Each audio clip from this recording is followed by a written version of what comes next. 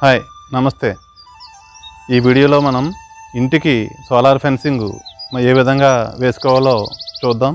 గతంలో మనం రైతులకి అతి తక్కువ ఖర్చుతో పీవీసీ పైపులతో సోలార్ ఫెన్సింగ్ ఎలా వేయాలో ఒక వీడియోలో వివరించాం. రెండో వీడియోలో ఫెన్సింగ్ పోల్స్కి అంటే బార్బర్డ్ వైర్ ఫెన్సింగ్ ఉన్న పోల్స్కి పంటకు 2 ఇంచుల రక్షణ విధానం ఇంకో వీడియో చేయడం జరిగింది.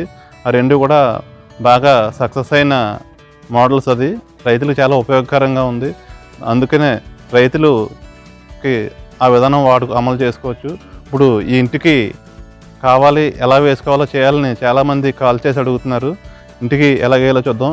ఇంటికి ప్రధానంగా కోతుల సమస్య, పల్లెటూర్లన్నా పట్టణాలన్నా కోతుల సమస్య చాలా ఇబ్బంది పెడుతుంది. ఇంటి దగ్గర మన కూరగాయల పంటలు కానీ పళ్ళ తోటలు కానీ ఏం పెట్టుకున్నా కోతులు వల్ల చాలా ఇబ్బందికి గురవుతున్నారు.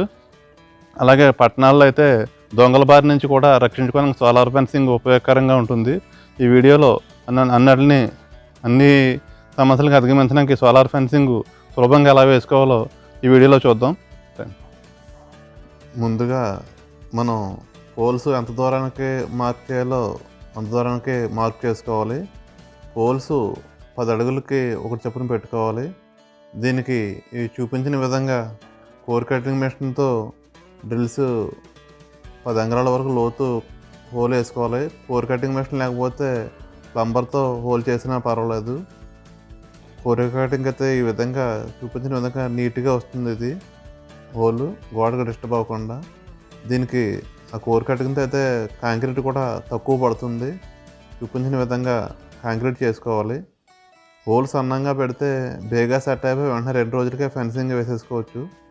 హోల్ కొద్దిగా ఖాళీ అయితే 4 రోజులు కాంక్రీట్ క్యూర్ అవ్వాలి. అది చూపించిన విధంగా వేసుకోవాలి. దీనికి 1 ఇంచు గాల్వనైజ్డ్ పైప్కి 9 లైన్స్ వేయడం జరిగింది. దీనికి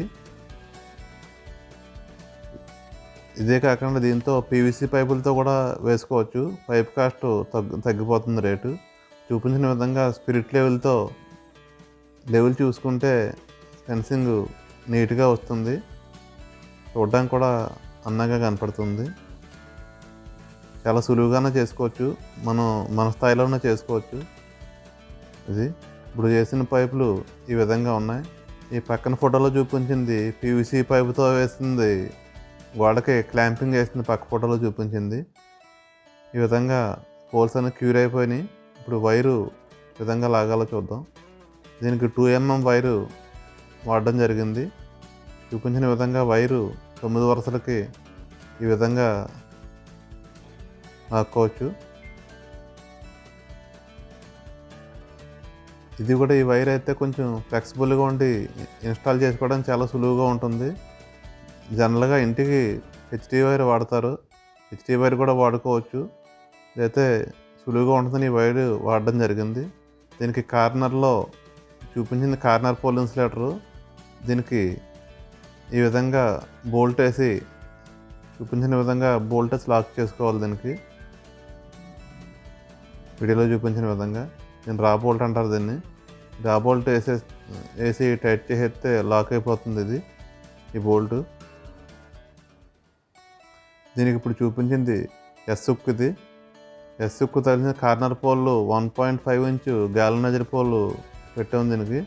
దీనికి అలా హోల్స్ వేసి ఉంటాయి. ఈ విధంగా తగిలించుకోవాలి.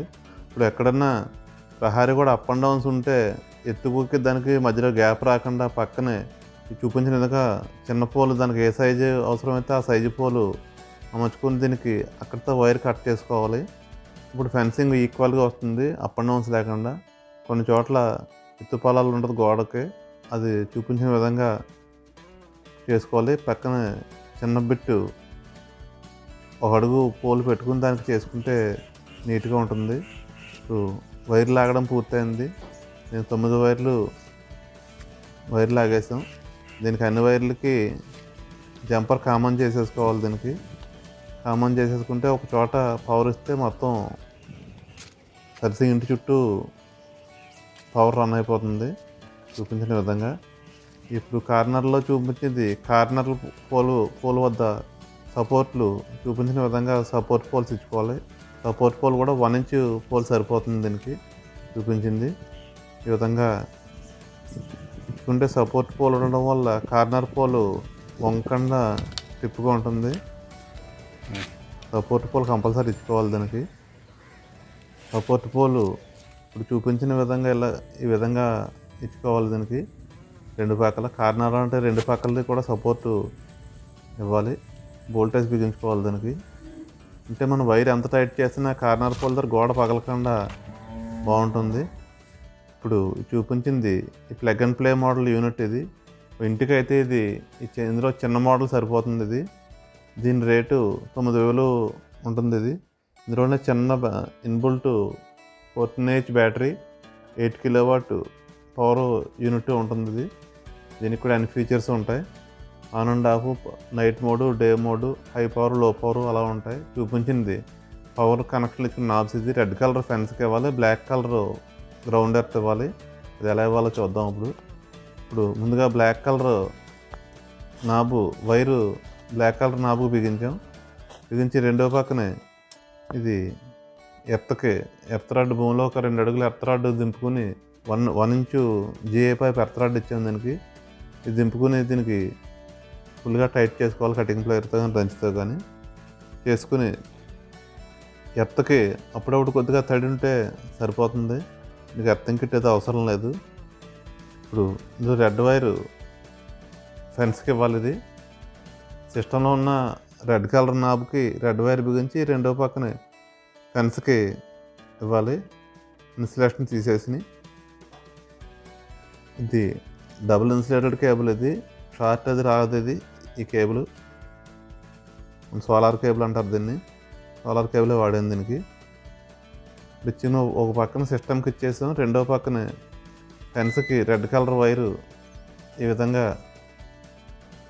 సిస్టమ్కి ఇచ్చుకోవాలి. దీనికి ఫెన్స్కి ఇచ్చుకోవాలి. లూజ్ లేకుండా బిగించుకోవాలి. దీనికి లూజ్ ఉంటే